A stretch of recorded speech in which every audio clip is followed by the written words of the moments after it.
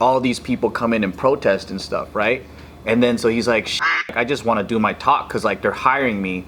And what he realizes once he just moved it to 8 in the morning, none of those protesters came because they can't wake up. They're too fucking lazy. Protesters hate him for this one simple. A lot of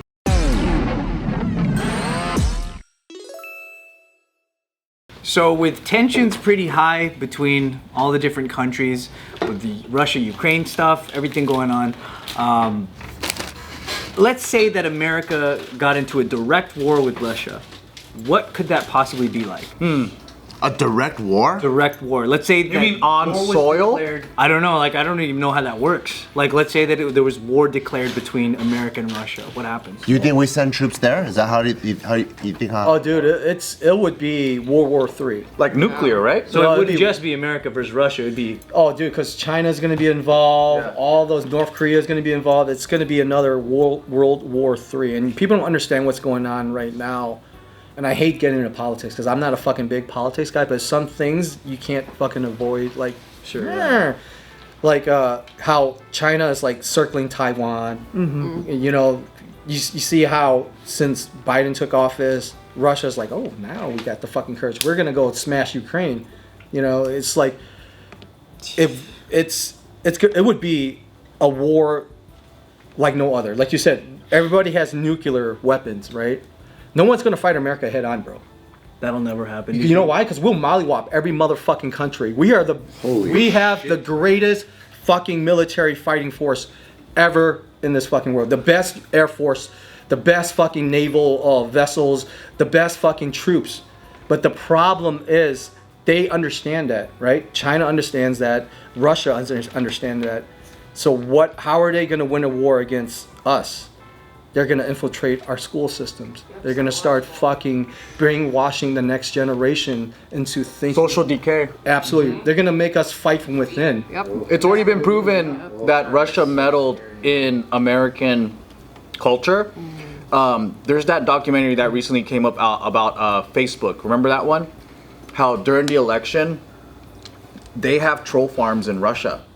And then they basically got like a super alt-right, like hardcore, you know, get out of my country group to protest at this like extremist like Muslim event. Like it wasn't normal Islam. It was like hardcore I hate America event, right? All in like Texas or something. And then they got them together to have the event on the same street to cause issues. And they realized like, oh shit, these groups, like these crazy groups, they're not even started from actual like people in America. It's like Russian troll farms create the group and then they just start recruiting people. Yeah. Fake accounts. Get the ball rolling for crazies. They have the cause already. You know? Yeah.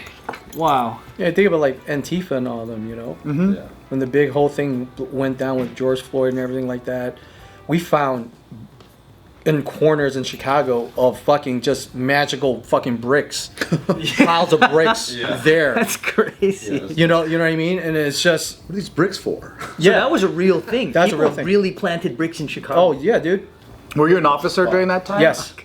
When did you leave the department? This year, February. Oh, so during the whole lockdown, you witnessed the whole You The saw whole thing. all of it. Wow. So you witnessed defund the police. I was called a racist, bro. That's crazy. I was like, By a white guy, huh? yeah.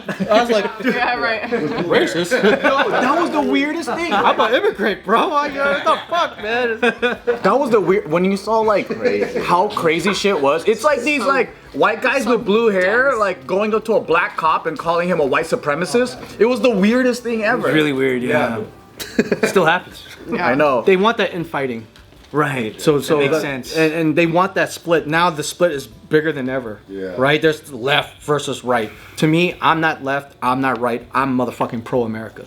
I want what's best for our country. But even being pro-America is considered right Right. now.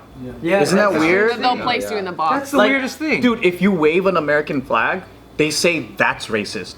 Isn't that fucking I weird? found that so strange, yeah. I'm just like, dude, what the hell? I'm sorry, man. And It's so weird.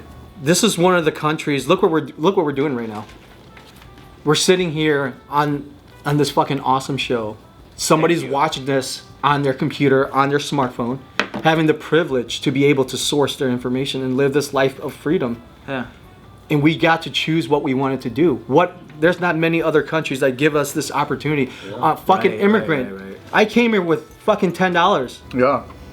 I made it this far from my own will. And it was what this country has given me because of what this stood for. Dude, we all share the same story, but I don't know why some people, what blows my mind is like their grandparents or their parents have that experience. But if you're in America for however many generations, it's almost like they forget. Oh, 100%. Yeah. Do you think we have it too good? Yes. You ever heard that saying? Absolutely. Good, hard times create good men. Good men create hard times. We're in the cycle of right now creating weak people because of this. Yeah. Because of the greatest generation fighting for our country and getting America to where it's at right now, for everybody to have so much fucking free time. Because you can tell. Next time, just look at your phone. How long you logged on social media? 6 hours, 8 hours. Think about that. Back in the days, there was no fucking 6 or 8 free goddamn way. time. No. Dudes, people were busting their ass to make a living. We got to a point where we live so good. Everything is instantaneous. Uber, DoorDash, buying liquor. You can just... World of convenience. It's like now we got to create problems because there aren't any. Like That's the Exactly. crazy thing is that new headlines are like new problems that are just out. Check this out. But I wonder if it's That was a problem. if it now. reflects the true thoughts of normal Americans, because I actually think like people are looking at it because they like strong feelings of like negative or positive, so they look at it, but that's not how people that is really true, think and feel. Right. I don't think it's as bad as it's on Twitter or like YouTube. I actually think it's like much better, and I don't think people will act as harder because their lives are soft. And this is an example, like, because like, so you know that Jordan Peterson professor, Yeah. he was getting like all these people come in and protest and stuff, right? And then so he's like, shit, like I just want to do my talk because like they're hiring me. And what he realizes once he just moved it to 8 in the morning, none of those protesters came because they can't wake up. They're too fucking lazy. So, like, that tells Protesters me hate that him for this one simple a lot of the people that are loud and annoying and whatever, they're just too lazy to actually do some work. Yeah. So that's where I'm like, well, if the social decay or any of that does come, it's gonna come from laziness, not from uprising. I don't think it's gonna come from uprising. I think it's gonna come from them not wanting to work, not wanting to be a part of society, just giving up, no motivation, which we are seeing. So I'm like, but there's gonna be a time when you can when you actually have it bad, right? Because if you don't work, then there's social decay, then there's no work, there's no like production, right? And then if you don't pay your bills, then you go into poverty, and then now you actually have to work. Then it's gonna change their perspective of reality because now they have to work. Yeah, no, you have to. Right, unless the government keeps taking care of them like what happened in COVID. But I don't know, like, I don't think that's the majority, man. I just think we're seeing a weird transition right now, and I can't really tell what's gonna happen next, but I doubt that there's gonna be an uprising of any sort. It is true you can defeat a lot of these things with basics. Kind of like when they were that viral video of the mall being looted, and all they did to save some of their things was move things to the bookstore. Because nobody looted the bookstore. No one goes in the bookstore, yeah. It's true. And then for the rest of the stores, they just put oil, like baby oil on the ground. Oh, like Home Alone. And then they slipped, and they were like, man, fuck this. They fall once, they're It's embarrassed. like very basic, like, oh, okay, you are lazy at a very early point. Yep. Like, as That's that true. position, yeah. But what's scary though is that's all they need is laziness for Russia to win. They just need us to be. They don't need us to uprise. Yeah. They just need us to not be patriotic. They just need us to like, cause we have like the lowest like recruitment rate in the military right now. They just need us to do that. They just need us to have the highest depression rate, which we do have. Yeah. The highest out of shape rate, and then they can just come and take. And change the order of which problems are important. Yeah. And then That's another interesting thing. Destroy from within, man. Yeah, that's interesting that you say that, because it is true. Your military can get so strong to the point where all the countries have to go, no, we need to attack something else. yeah. Yeah. I think I would be like, so this is what my take was on the world, is that I actually think Gen Z worldwide are very similar. So like Russian recruitment is low. China, like everybody worldwide All is countries? less militaristic. And with the internet, people have less nationalism because they're not like so much, fuck, I'm gonna go kill these guys and then I believe everything my country says. So in China, they're having the let it rot movement, which is the Gen Z of China is like, I'm not gonna work, I'm not gonna do shit. It's very similar to here, right? So I'm wondering, like, statistically, how many of those men are actually still joining? Like, if they're like at a higher rate than us, then we're fucked.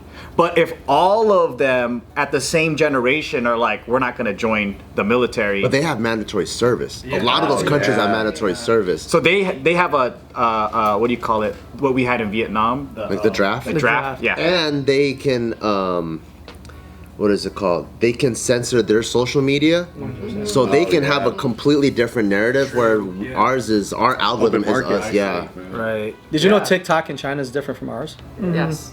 Very different. Yeah, they're like In a nice way. In a nice way, very wholesome, very family. Yeah, they want to be like Education. scientists. Yeah. How much twerking on that? Yeah, How do you feel about America having a draft? man. If there's gonna be to a point where not enough people are gonna fight, then they're gonna have to try to bring back some kind of draft, right? Yeah. But then, here's the thing. Like, I think everybody, in a sense, should serve. Because trust me, it would change your life for the better. People might think, oh, why would you want to join the military? Man, I've learned things in the military that thank God I joined, because it changed my life, my discipline, my mindset.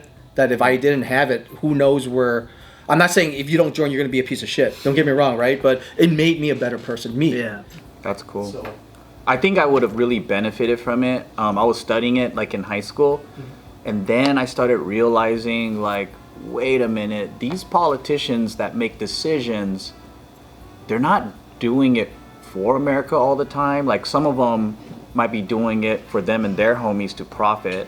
And then which one do you believe? And then when which one is in power, are they going to be using the military for actual like reasons for good or whatever? And that's when I started to question, oh, that would really suck if like I'm just out there to like get oil for their family.